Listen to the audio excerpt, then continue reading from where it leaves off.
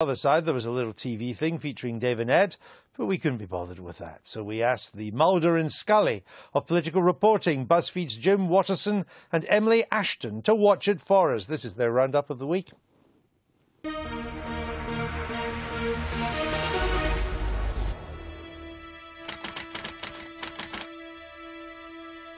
So Emily, another case put to bed by the BuzzFeed election files team. Who'd have thought that a human being could disappear from a pub so quickly? He's got to be an alien, hasn't he? And that reminds me of something else that happened earlier this week. I was working late on Monday night when there was a knock at my door. Someone had left a brown paper envelope, and inside was a memory stick with some shocking footage.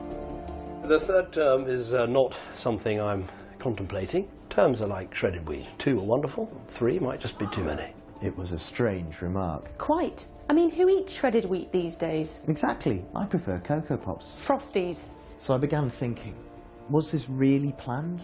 Because in the most tightly controlled election campaign the Tories have ever run, it was the PM himself who went off on one. Added to which, most Tory MPs were already under the assumption that Cameron was going to go in about 2017. What was he playing at?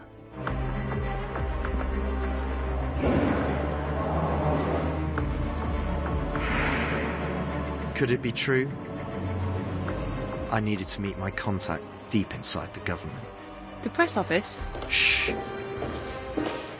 Well, I think it's really refreshing that we have a Prime Minister who gives a direct answer to a direct question. All he's saying is, I think, obvious and common sense, which is that he doesn't want to go on and on and on like Mrs. Thatcher. A politician giving a straight answer.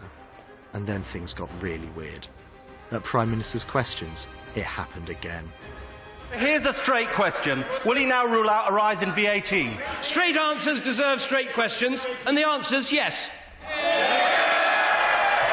Well, let me say to him, nobody is going to believe it. Conspiracy theorists suggested that Conservatives and George Osborne spent all week setting Labour up for a fall. And for once, they were probably right. George Osborne 5 times refused to answer a question on VAT at Treasury Questions, only for the following day for the Prime Minister to stand in the House of Commons and tell Ed Miliband exactly what he was going to do. Now, are these politicians actually on another planet to think this sort of thing really matters? And the more sources I spoke to, the more conspiracies I uncovered, including a plot to unseat the Speaker of the House of Commons? Suffice it to say that I'm in the chair, and I'm intending to remain in the chair.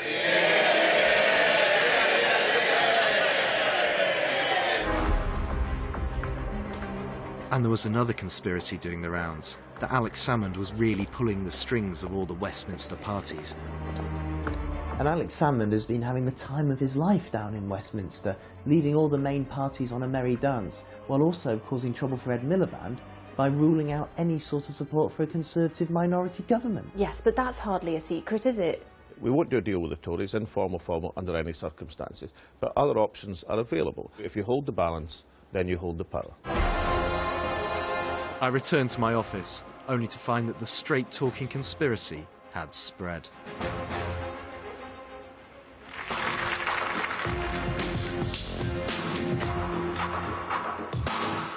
Cameron started off a bit spooked by the great Paxman's line of questioning, but towards the end the PR man inside him kicked in and he was just breezing through the questions from the audience. You said, we're not going to raise VAT.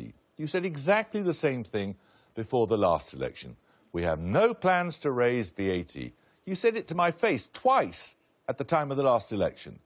And then the moment you got into government, you did raise VAT. Well, there is a crucial difference. On this occasion, we are the government.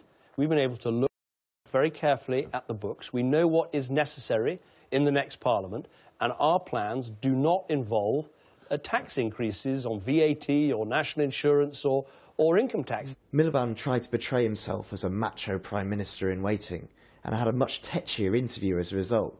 But by the end, I reckon he managed to get some of the audience on side, even if they still had their doubts. No, look, I'm not going to get into a bargaining game with Alex Salmond. Look, he's not... We're not gonna You are? No, I'm not.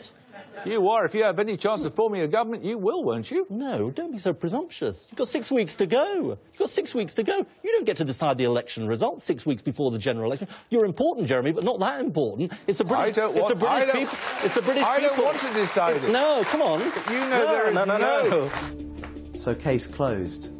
Anyway, Emily, I heard you solved your own conspiracy this week? Yes, Vince Cable finally admitted to me that Tim Farron is from another planet. I went dancing with the business secretary and he told me that his potential rival is not a credible leader. Oh, talking of the Lib Dems, my contact gave me this.